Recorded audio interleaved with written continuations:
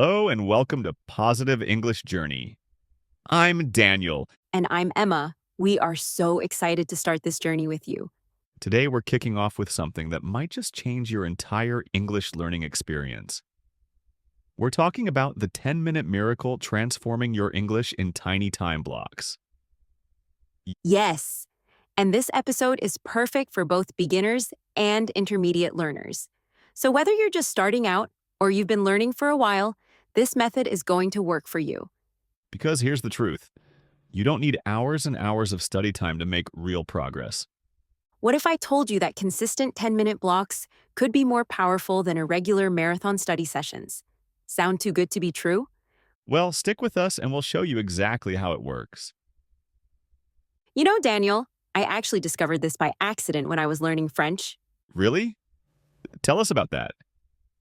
So there I was, trying to learn French for an upcoming trip to Paris. I had this giant textbook and was trying to do these massive 2-hour study sessions after work. And guess what happened? Let me guess, burnout? Exactly. After just 1 week, I was completely overwhelmed. I'd start strong, but by the end, my brain felt like mush. Nothing was sticking. Then one day, I was waiting for a bus and just opened my French app for literally 10 minutes. And? The difference was incredible.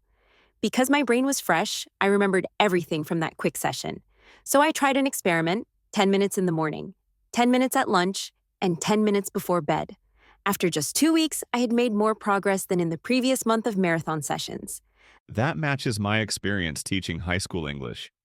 I'd always noticed that my students retained more from our focused 10-minute drills than from longer lectures.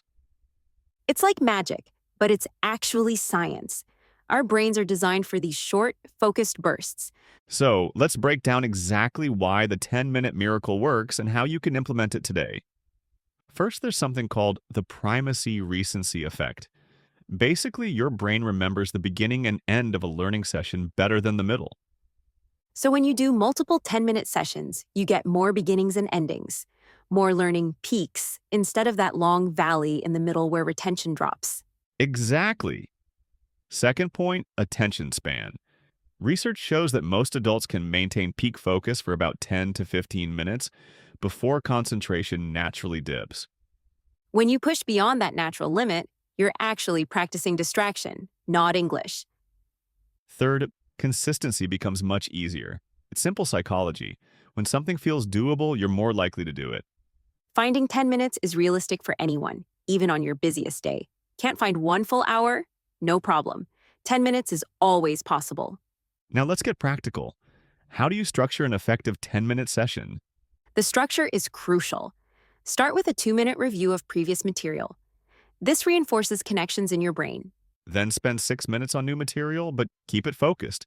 Choose one specific thing to learn, perhaps 5 to 8 new vocabulary words, one grammar concept, or one paragraph to read and understand. The key word is focused. Don't try to learn everything at once. And finally, spend the last 2 minutes testing yourself on what you just learned. This active recall is scientifically proven to strengthen memory. So let's give a concrete example. Let's say you're learning food vocabulary. Your 10 minutes might look like this.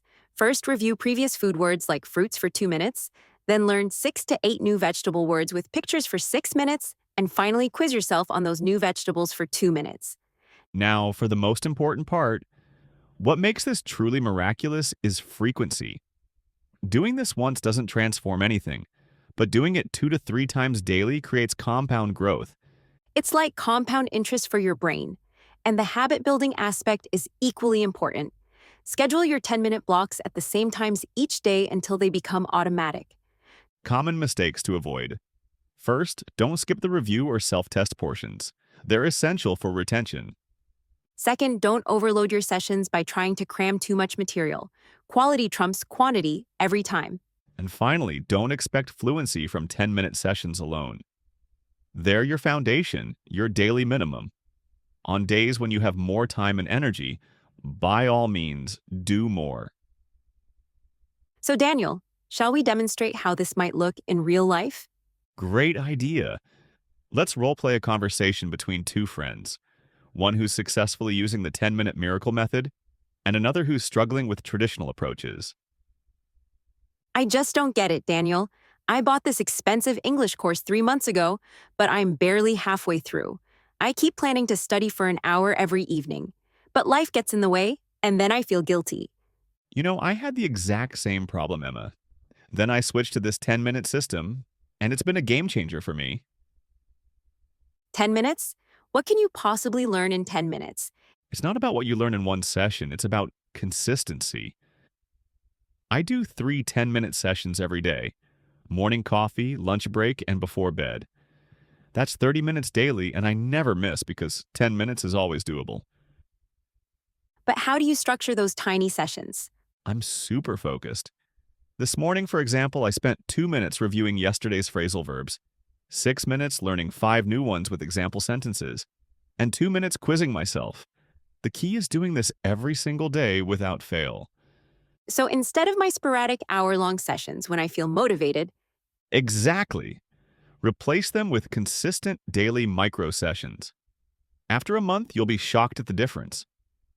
now let's demonstrate how this might sound in a more formal context, perhaps between colleagues. Ms. Thompson, I noticed you've been allocated to the international project. How is your progress with the required language training? To be honest, Mr. Davis, I'm finding it challenging to dedicate sufficient time to language acquisition given my current workload. The recommended 2-hour study blocks are proving difficult to accommodate. I completely understand your constraints. May I suggest an alternative approach? I've found considerable success implementing multiple 10-minute focused sessions throughout the workday. That sounds more manageable. Could you elaborate on how you structure such brief learning periods? Certainly. I recommend beginning with a concise review of previous material, followed by concentrated exposure to new content, and concluding with a brief self-assessment. The cumulative effect of these sessions, when performed consistently, often surpasses that of sporadic extended study periods. Thank you for the suggestion. I'll certainly implement this methodology starting tomorrow. Now let's break down some of the more complex terms we used in today's episode. First, we mentioned primacy recency effect. That's quite a mouthful. Primacy recency simply means you remember things from the beginning, that's primacy, and end, that's recency, of a learning session better than the middle parts. So, in simple terms, you remember the first and last things better. We also mentioned active recall when talking about testing yourself. Active recall just means trying to remember something without looking at the answer first. It's like closing your textbook and asking yourself, what did I just learn? It's basically testing yourself instead of just rereading. Another term we used was compound growth. Compound growth means small gains that build on previous gains, like a snowball that gets bigger as it rolls downhill. It's when small daily improvements add up to big changes over time. And finally, we mentioned cognitive resources. Cognitive resources are basically your mental energy and focus, how much thinking power you have available. Think of it as your brain's battery level for learning new things. Now for your challenge this week. We want you to commit to just one 10-minute English session every day for the next 7 days.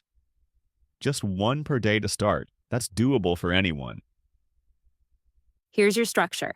First 2 minutes, review anything you learned previously. Middle 6 minutes, focus on learning 5 to 8 new words on any topic you choose. Final 2 minutes, test yourself on those new words without looking. The key is consistency. Same time each day if possible. Try attaching it to something you already do daily, like after brushing your teeth or during your coffee break. And we want to hear about your experience. Share your progress in the comments below. Did you notice any difference in how much you remember compared to longer study sessions? Even tell us what time of day worked best for you. Your insights might help another learner find their perfect 10-minute window. Before we wrap up today, remember this. Learning a language isn't about massive transformations overnight. It's about tiny, consistent steps taken day after day. As the Chinese proverb says, a journey of 1,000 miles begins with a single step. Your English journey begins with just 10 minutes.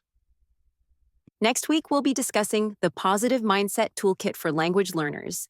Because sometimes the biggest obstacle isn't the language itself, but how we think about our ability to learn it. So join us again, same time next week.